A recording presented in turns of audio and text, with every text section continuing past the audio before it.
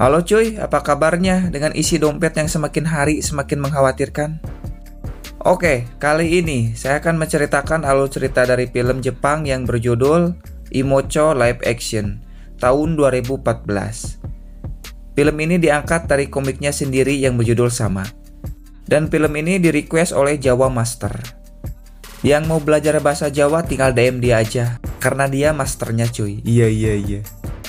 Ingat cuy, film ini bukan film jab seperti video yang ini. Yang belum tahu dengan filmnya, tinggal cek linknya ada di deskripsi cuy. Jangan lupa siapkan tisu, angkat tangan ke atas, ambil posisi yang nyaman, kita langsung ke ceritanya. Let's go. Film dibuka dengan kaos kaki yang sedang berjalan di dalam rumah. Kampret, ini nulis skrip sahadi. Di lantai atas, ada seorang pria yang sedang tidur. Pria ini bernama Yuya. Tidak lama datang seorang wanita yang menghampirinya. Wanita ini bernama Mitsuki. Tidak lama mereka langsung melakukan ritual kimochi. Anjing, baru awal film udah kampret gini. Setelah selesai, Mitsuki masuk ke kamarnya. Dan dia malah bertemu dengan juring alias setan yang sangat cantik. Ternyata saat Mitsuki sedang melakukan penggeprekan, dirinya dirasuki oleh hantu ini. Hantu ini bernama Yori. Gila sih, ini hantu bening amat cuy. Kalian kalau nemu hantu model gini mau diapain coba? Ditambah hantu ini doyannya ngegeprek, bayangin aja coba cuy.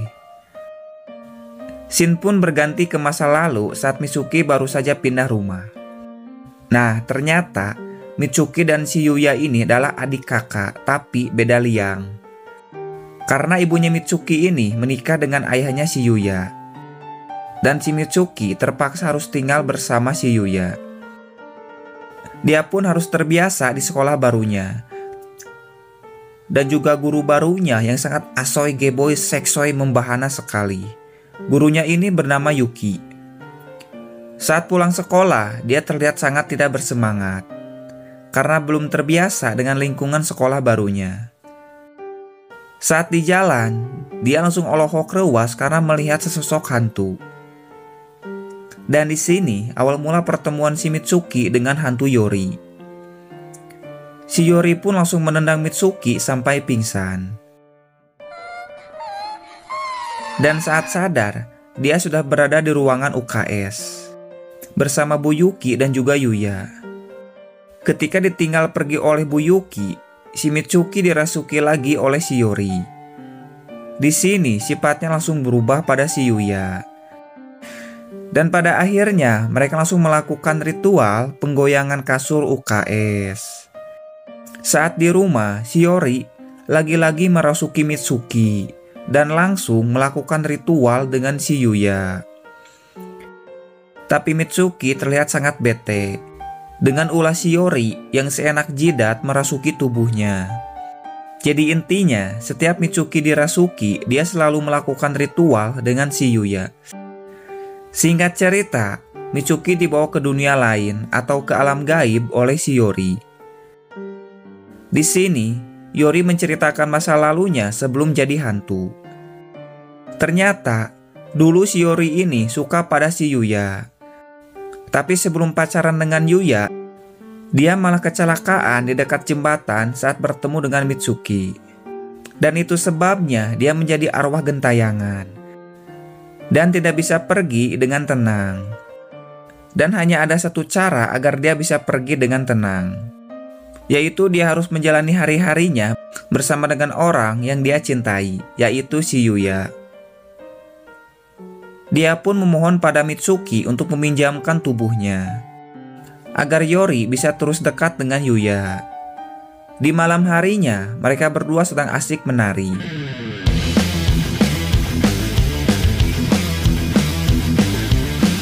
Dan bisa terlihat kalau si Mitsuki ini sudah mulai terbiasa dengan si Yori.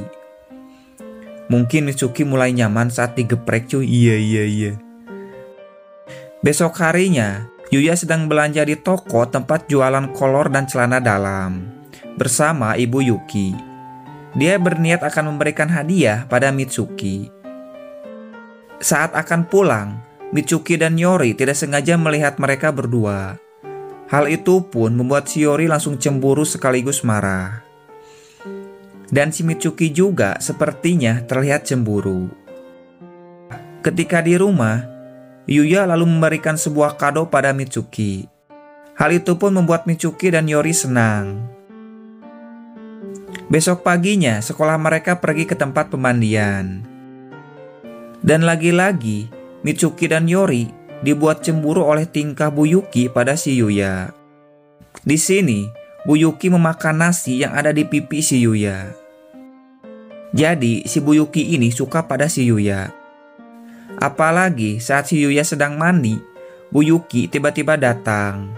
Dan saat Bu Yuki akan melancarkan aksinya, tiba-tiba Mitsuki datang. Yang membuat dirinya merasa cemburu. Mitsuki lalu pergi dari tempat itu, dan si Yuya mengejarnya. Tapi kaki Mitsuki malah keseleo. Yuya pun langsung menggendongnya untuk diantar ke kamar Mitsuki. Keesokan harinya, Yuya terlihat sedang bersama Yori yang memakai tubuh Mitsuki. Tapi si Mitsuki yang menjadi arwah malah cemburu melihat mereka berdua begitu romantis. Mitsuki pun langsung masuk ke dalam tubuhnya lagi, yang membuat si Yori terpental. Tapi hal itu membuat si Yori marah-marah karena Mitsuki telah mengambil alih momen yang indah itu. Di sini Yori langsung mengambil alih paksa tubuh Mitsuki dan berniat akan terus memakai tubuh Mitsuki selamanya. Hal itu pun akan membuat arwah Mitsuki menghilang dari bumi. Mereka pun malah bertengkar di dalam sungai. Tidak lama Yuya datang. Dia melihat Mitsuki seperti akan tenggelam. Dia pun menolong Mitsuki dan dibawa ke sebuah gubuk di dekat sungai. Di sini si Yori mulai melakukan ritual dengan si Yuya. Sedangkan arwah Mitsuki secara perlahan mulai menghilang.